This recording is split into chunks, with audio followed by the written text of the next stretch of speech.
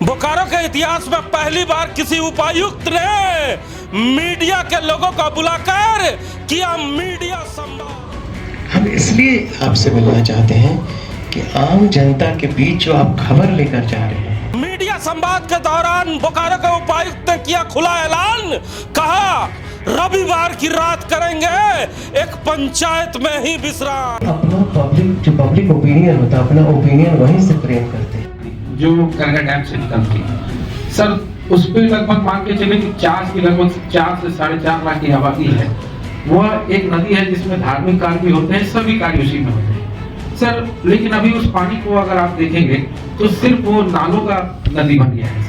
बोकारो के इतिहास में लंबे समय के बाद किसी उपायुक्त ने तमाम मीडिया कर्मचारियों को आमंत्रण भेजकर बुलाया और कहा कि आज मीडिया संवाद के माध्यम से हम पत्रकारों से बात करेंगे। लंबे समय के बाद बोकारो जिले के कई दिग्गज पत्रकार एक साथ एक मंच पर आज देखने को मिले। इस दौरान बोकारो के उपायुक्त ने दिल खोलकर मीडिया से बात की और मीडिया कर्मचारियों ने भी दिल खोलकर आज बोकारो के उपायुक्त से बात की। इस दौरान वहां पर लक्ष्मी नारायण भी मौजूद थे, इनसे जानने का हम प्रयास करते हैं। बोकारो के उपायुक्त ने एक बड़ा ऐलान किया है। जब मीडिया कर्मचारियों ने कई समस्याओं से उन्हें अवगत कराया तो उन्होंने एक बड़ा ऐलान किया और कहा कि इस रविवार को किसी एक पंचायत में वो जाएंगे और रात्रि विश्राम करेंगे और वहां के लोगों से मिलेंगे और संवाद भी स्थापित करने का प्रयास करेंगे। क्या लगता है इस घोषणा के बाद उन अधिकारियों में हड़कंप मच जाएगी जो अपने एसी कमरे से बाहर तक नहीं निकलते थे? बिल्कुल हिमांशु जी, जैसा कि आपने देखा कि मीडिया संवाद के दौरान वो लगातार इस बात को रख रहे थे कि मैं डीसी बना हूं तो जनता की सेवा के लिए ही बना हूं और जनता से सीधा संवाद करना है। तो उन्होंने पत्रकारों को एक सबसे अच्छा माध्यम समझा जिससे कि वह समस्याएं जो उनके ऑफिस तक नहीं पहुंच पाती थी वह सीधा मीडिया जो कि क्षेत्र में लगातार बने रहते हैं हर चीज़ की जानकारी लेने के लिए। इस दौरान आप जाने हिमांशु जी की 34 साल बने हुए हो गए बोकारो जिला को और ये 35वें डीसी के रूप में अजय नाथ झा जी आए हैं और इतने डायनेमिक हैं कि 2-3 दिनों के अंदर ही लोगों से मिलने का और समस्या को समाधान करने का जो तरीका इन्होंने देखा है वो अभी बोकारो की जनता पहली बार देख रही है। आज मीडिया संवाद भी पहली बार जिला में हुआ जब कोई उपायुक्त डीसी बनने के बाद किसी मीडिया कर्मी से डायरेक्ट बात करें और समस्या पूछे कि आप बताएं कि समस्या क्या है क्षेत्र में। उन्होंने जब सारी बातें सुनी सभी मीडिया कर्मियों ने अपने अपने क्षेत्र की और बोकारो की उन ज्वलंत समस्याओं के बारे में अवगत कराया। उसके बाद उपायुक्त महोदय ने एक घोषणा की कि मैं आप लोगों को बता दूं कि मैंने भी होमवर्क करके रखा है और मैं इस रविवार को पता नहीं किस पंचायत में बैठूंगा लेकिन इस रविवार को किसी एक पंचायत में रात्रि में प्रवास करूंगा जहां की विकास योजनाओं को देखूंगा कि किस प्रकार जो समस्या हमारे पास नहीं आ पा रही है मैं खुद पंचायत में बैठूंगा। पहले लोग जनप्रतिनिधि ऐसा करते थे लेकिन अब अधिकारी और बोकारो जिला के उपायुक्त जो जिला के सबसे बड़े पदाधिकारी होते हैं वह जाकर अगर पंचायत में प्रवास करेंगे तो सरकारी योजनाओं की एक लाभ जो हर व्यक्ति तक नहीं पहुंच पा रहा है वह पहुंचाने का कार्य होगा। जो काम यहाँ के राजनेताओं को करना चाहिए था वो काम अब अधिकारी करने के लिए आगे बढ़ रहे हैं। लंबे समय के बाद बोकारो को एक ऐसा उपायुक्त मिला है जिसने जनता से सीधे जुड़ने का मन बना लिया है। हमारे साथ लक्ष्मी भी है। लक्ष्मी, उन्होंने साफ तौर पे जमीन माफियाओं को एक चेतावनी भी दी। बिल्कुल, देखें जिस प्रकार से पूरे झारखंड में बोकारो जिला विभिन्न मामलों में सबसे चर्चा का विषय बना हुआ है उसमें तेतुलिया मौजा जो कि वन विभाग की भूमि थी वह भी पूरा चर्चा में था।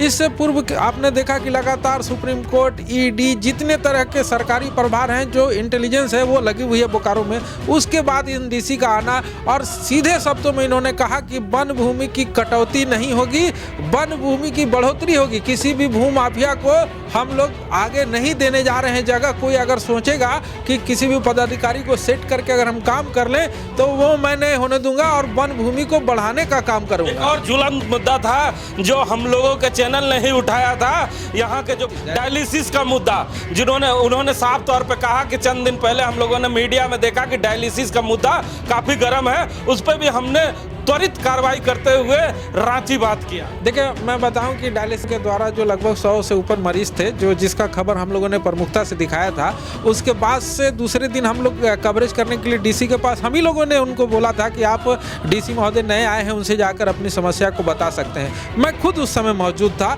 उस घटनाक्रम को देखने के लिए, कि मैं खुद उनको लेकर अंदर गया। और मैं आपको बताऊं हिमांशु जी कि इतनी शालीन तरीके से मैंने किसी भी अधिकारी मैंने उपायुक्त को नहीं देखा। जब मैं लेके गया अंदर, मैं बोला कि सर मैं पत्रकार हूं और इनकी समस्या है सर, ये डायलिसिस में बैठे लोग हैं। वो अपनी कुर्सी से उठ कर आकर और सभी लोगों से एक एक करके मिला उन्होंने और सबको बोला कि मैं आपका समाधान जरूर से जरूर करूंगा। और आज भी उन्होंने इस बात को बताया कि टीम जो भी न्यूज़ चैनल के माध्यम से जानकारी मिली, और तुरंत मैंने बात किया है रांची आयुष्मान के वजह से किसी प्रॉब्लम की वजह से अटका हुआ है, तो मैंने वहां भी बात किया है कि 15 दिनों के अंदर जो भी इनका फाइन है वो फाइन कराकर पेमेंट करा दिया जाए और उन जितने डायलिसिस मरीज हैं उनका इलाज संभव हो पाए। फिलहाल जो यहाँ के ये हैं सिविल सर्जन, उनके द्वारा उन्होंने समन्वय स्थापित किया है कि जो भी मरीज यहाँ से छूट रहे हैं। इस मुद्दे पे सबसे ज्यादा मुद्दा स्कूल के मुद्दे पे गर्म रहा और स्वास्थ्य विभाग के मुद्दे पर काफी हॉट डिस्कशन उपायुक्त महोदय से पत्रकार और उपायुक्त महोदय के बीच हुआ। लेकिन उपायुक्त महोदय ने साफ तौर पे कहा है कि हम इस जिले में मौजूद हैं, आप समस्या बताएं, बोकारो का उपायुक्त समस्या की ओर खड़ा आपको मिलेगा। और सबसे महत्वपूर्ण बात जो उन्होंने उठाई है, बोकारो के खिलाड़ियों के लिए एक बड़ी खुशखबरी है। लक्ष्मी हमारे साथ है, खिलाड़ियों के बारे में क्या कहा? देखिए, उनका साफ कहना था कि जो शहरी क्षेत्र है वहाँ के बच्चे जो हैं वो अपने स्कूल में खेल कूद कर लेते हैं, लेकिन और बोकारो क्षेत्र में 3-4 प्राइवेट कंपनियां काम कर रही है, जैसे सेल का अपना खेल विभाग है, इलेक्ट्रो स्टील का अपना खेल विभाग है, BCCL, CCCL सब का अपना खेल विभाग है। लेकिन जिला का खेल विभाग क्या कर रहा है, जो हमारे ग्रामीण क्षेत्र से बच्चे या जो उभरते हुए हैं खिलाड़ियों पर उन्होंने बहुत फोकस किया है कि जो बच्चे खेलेंगे उसके लिए मैं यहाँ पर एक नया स्टेडियम की तैयारी कर रहा हूँ। और मेरा फोकस अगर 5 कामों में उन्होंने गिनाया तो वह एक खेल कूद पे भी था कि मैं यहाँ से उन बच्चों की प्रतिभा को बाहर निकालूंगा और स्टेडियम का निर्माण होगा और तमाम तरह के खेल जो ग्रामीण क्षेत्र तो अभी आते के साथ उन्होंने अपना नया रूप दिखाया है कि बोकारो में कोई उपायुक्त इस तरह की बातें भी कर सकता है। और बातें जानने के लिए उन्होंने सबसे अच्छा माध्यम पत्रकारों को समझा और सबसे पहले मीडिया संवाद के माध्यम से तमाम पत्रकारों से इस क्षेत्र की समस्याओं के बारे में रूबरू होने का प्रयास किया। मैं भी उस जगह मौजूद था और जब मैंने उन्हें कहा कि अपने 12 से 15 साल के पत्रकारिता कैरियर में कभी हमने नहीं देखा कि किसी उपायुक्त ने पत्रकारों को बुलाया और उस हॉल में घूम घूम कर पत्रकारों से हाथ मिलाकर ये पूछता हो कि साहब आप किस चैनल से हैं, साहब आप किस अखबार से हैं। जब मैंने उन्हें ये बातें कही तो उन्होंने मुझे गले लगाकर कहा कि अभी शुरुआत हुई है, आप हमारा सहयोग करें। हम आपको विश्वास दिलाते हैं बोकारो के उपायुक्त महोदय कि आपने जो प्रयास किया है यह प्रयास आने वाले समय में रंग लाएगा और जिन पत्रकारों पे आपने विश्वास किया है वो पत्रकार अपनी समस्या के साथ साथ इस शहर की तमाम समस्याओं से आपको रूबरू कराने का प्रयास करेंगे और हमें विश्वास है कि आप इन समस्याओं का हल करने का प्रयास जरूर करेंगे। कैमरामैन भोला के साथ जीपी हिमांशु।